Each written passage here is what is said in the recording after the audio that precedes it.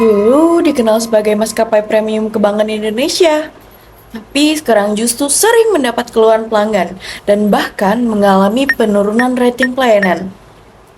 Sebenarnya, apa yang terjadi dengan Garuda Indonesia? Apa karena hanya masalah keuangan?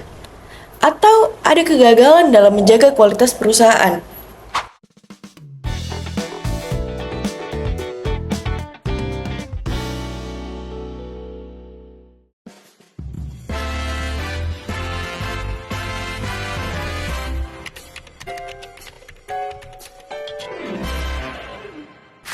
Halo semuanya, perkenalkan nama saya Nadine Putri Agustin dengan NIM C1B024073. Pada video kali ini saya akan membahas mengenai kegagalan implementasi Total Quality Management atau TQM akibat kepemimpinan jangka pendek dengan studi kasus Garuda Indonesia. Kasus ini cukup menarik karena Garuda Indonesia merupakan salah satu maskapai terbesar di Indonesia yang dulu dikenal memiliki kualitas pelayanan premium. Bahkan Garuda Indonesia pernah mendapat rating bintang 5 dari Skytrax yang menunjukkan kualitas pelayanan perusahaan diakui secara internasional. Namun beberapa tahun terakhir kondisi tersebut mulai berubah. Muncul berbagai berita mengenai masalah keuangan perusahaan, keterlambatan penerbangan, pengurangan operasional, hingga banyaknya keluhan pelanggan terkait pelayanan Garuda Indonesia. Bahkan, menurut beberapa berita, rating pelayanan Garuda Indonesia juga mengalami penurunan. Hal ini menunjukkan bahwa kualitas pelayanan perusahaan mulai mengalami perubahan dibandingkan sebelumnya. Kalau dikaitkan dengan teori TQM, kondisi ini menjadi contoh bagaimana kualitas yang tidak dijaga secara konsisten dapat mempengaruhi kepuasan pelanggan dan citra perusahaan. Sebelum membahas lebih jauh, Total Quality Management atau TQM adalah sistem manajemen yang berfokus pada peningkatan kualitas secara terus-menerus dengan tujuan menjaga kepuasan pelanggan dan keberlangsungan perusahaan dalam jangka panjang.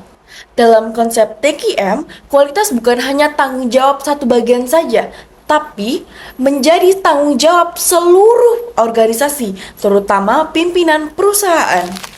Nah, pada kasus Garuda Indonesia ini, perusahaan dinilai lebih fokus pada penyelamatan kondisi bisnis dan efisiensi jangka pendek akibat tekanan finansial yang dialami perusahaan. Misalnya, melalui pengurangan biaya operasional dan penyesuaian layanan. Di satu sisi, langkah ini memang dilakukan agar perusahaan tetap bertahan, tetapi di sisi lain, kualitas pelayanan kepada pelanggan ikut terdampak. Nah, hal inilah yang menunjukkan adanya hubungan antara kepemimpinan jangka pendek dengan kegagalan implementasi TQM. Menurut saya, kepemimpinan jangka pendek terjadi ketika perusahaan lebih fokus menyelesaikan masalah sesaat dibanding menjaga kualitas dan membangun kepercayaan pelanggan dalam jangka panjang. Padahal dalam konsep TQM, pemimpin seharusnya membangun budaya kerja yang berorientasi pada kualitas, pelayanan, dan perbaikan berkelanjutan. Akibat menurunnya kualitas pelayanan, dampak yang muncul bukan hanya keluhan pelanggan, tetapi juga menurunnya citra dan kepercayaan masyarakat terhadap perusahaan. Karena dalam dunia bisnis, kualitas merupakan salah satu faktor penting yang menentukan keberhasilan perusahaan. Lalu, bagaimana solusi yang harus dilakukan?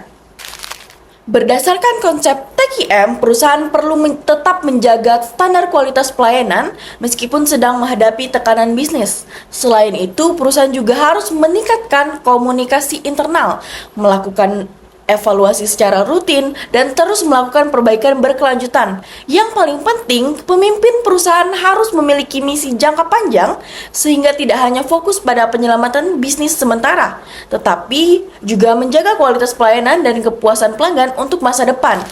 Jadi dari kasus Garuda Indonesia ini kita bisa memahami bahwa kualitas pelayanan sangat mempengaruhi kepercayaan pelanggan dan reputasi perusahaan.